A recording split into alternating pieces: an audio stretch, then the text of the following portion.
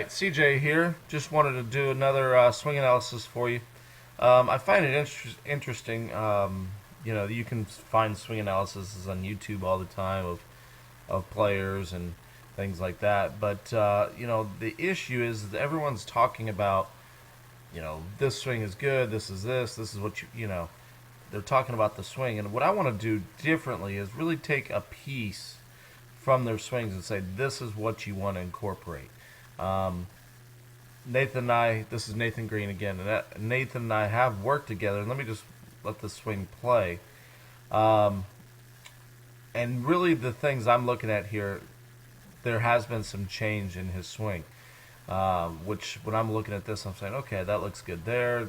Not so good there. But definitely better than what it was 3 years ago. Um, but I want you to understand it's just like this. I don't want you to, and I'm just trying to, again, what I'm trying to say here is, no one can swing like Tiger. Do I want you to swing like Nathan? No. Do I want you to swing like VJ Singh? No. Do I want you to swing, whatever? I had a mini tour guy in the Nationwide Tour that led the Nationwide Tour in scoring. And he played with certain players, and, he wanted to take this guy's iron play and this guy's driver and this guy's putting, whatever it is. Well, the fact is you can't do that. But one thing we can do here is really just watch Nathan's hip action, his turn.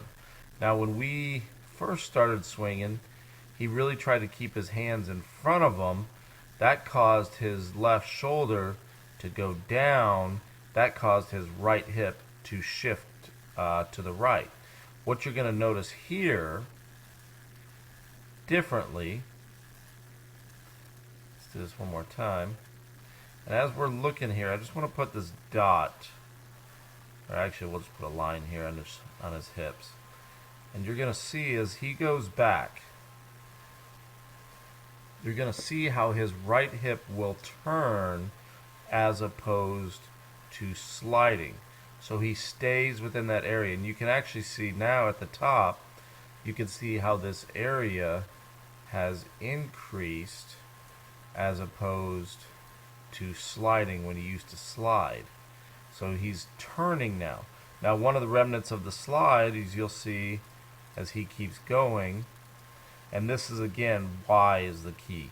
If you look at Nathan's club face there, his club face is very closed at the top. The reason being, if I wind this back to address position, he has an extremely strong left-hand grip and he won't change it. In essence, refuses to. So therefore, we're kind of battling, and that's typical of tour players. They don't want to change that much. They want you to give them something small and them to get better without having to do a lot of changes. So it's tough work working with those guys. But what you're going to see here is you're going to see how his hip turns, and then he does have a tendency to overslide his hips there. That's him trying to open the club face. Right arm gets really a little bit underneath. That's why he has a tendency to skank it out to the right. But he doesn't want to change that grip, so that move has to maintain. But again, he is sliding less. He is turning more, and that's what I want you to imagine in your golf swing. Okay. I brought up a guy here. His name is Jerry. He has changed his swing a lot this year. He has made tremendous amounts of improvements. Most of his tournaments that he's been playing in, we might call him a sandbagger because he has really improved and he's been dominating. Now, this is what I typically see from an amateur, and I just want to say this to Jerry here, how much he has improved over the year. But this was his first one, or one of his first ones that he sent in. And this is more typical of what I see from amateur golfers. So when that right hip slides, you can really see how the angle of his spine is way different than Nathan's here. So, in Jerry's case, he's overswung, the club gets too far back.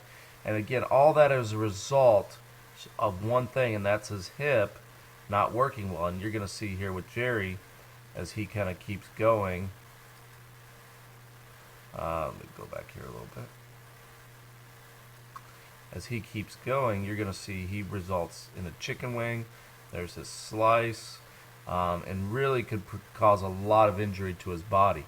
What you're going to see difference here, and really this is kind of for Jerry as well to see some of the changes that we've already discussed several times, is you look at Nathan here.